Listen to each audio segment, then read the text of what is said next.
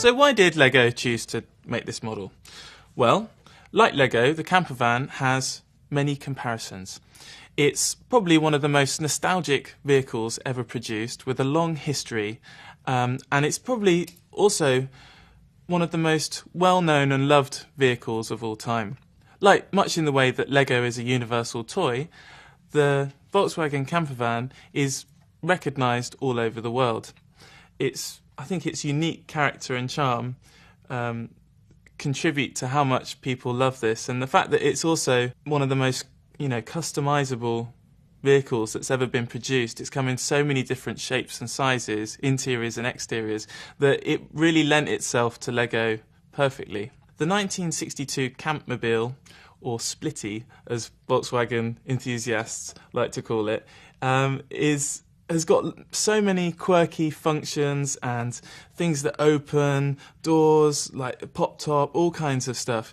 And it's got lots of technical building within the model that I think lots of LEGO fans will enjoy. I'm also hoping that it will appeal to a wider audience, not just LEGO fans, for instance. I think the Volkswagen community out there will really appreciate this model, and I'm hoping that people that maybe have never played with LEGO before purchase this and get a really good first LEGO building experience from it. Well, when you first look at a camper van, from a distance it kind of just looks like a rectangular box, and only when I started looking more in depth into this vehicle did I realise that actually camper vans are kind of shaped like a baked bean. All of the panels are curved, and this was going to prove to be one of the most challenging things to build out of LEGO, which is traditionally very square and made up of flat surfaces. So one of the parts of the van that's probably the most challenging to build was the front of the van. Now this is the most iconic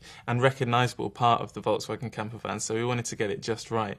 And it's not until you look a bit closer, again, like I said, that you really start to see that there's actually three curves on the front of the van. There's the curve of the paintwork, there's the curve going horizontally around the van like this, and then there's also the curve which slopes up to the roof, and that was quite a challenge to build. Then as you start to move around the model, you see that we had to include doors, and so we have all the doors, including the side ones. Then there's also the back door, which pops up like that, so you can get into the bed section.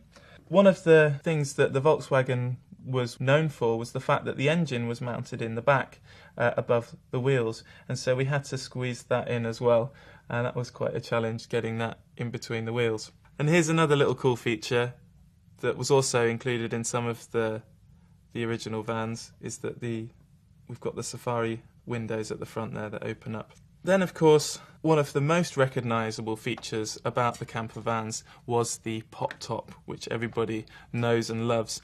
And so this is really one of the parts of the model that is very unique. This is something that's never been done in LEGO before. We had to have new fabric cut for it, and this really was a challenge to fit a function such as this into such a tight space. Okay, so another part of the Volkswagen that we've tried to keep true to the original is the interior driver's section of the vehicle.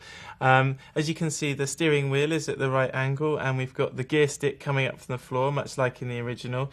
And the iconic speed dial some of the fans out there might recognise as the clock element that we use in a lot of other models. Now, moving on to the interior, it was really tricky to decide what interior to do. The camper van came in so many different shapes and styles and different designs that it was really, which one to choose inside was quite a hard decision. And in the end, we decided to make it in line with the original Westfalia interior. And so what we have inside, if we open the doors, there's a little sink unit, and then we have a nice bench here. They have the fold down table.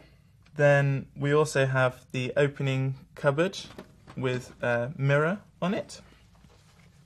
There's also the fold down bed. I'm a bit of a surfer at heart myself, and so I wanted to put some of those icons into the model. So not only is the colour scheme quite unique to the 60s kind of hippie movement, it's also, we have a lava lamp in the back corner there, and we also have a painting on the wall with a special graphic designed with a surfboard and a little guy surfing on a wave. And I had to get my initials in somewhere in the model, of course, as us as designers at Lego like to do. And so my initials are printed there on the surfboard. Also, one of the things that kind of ties this model into the sort of 1960s flower power movement is that was quite a nice addition.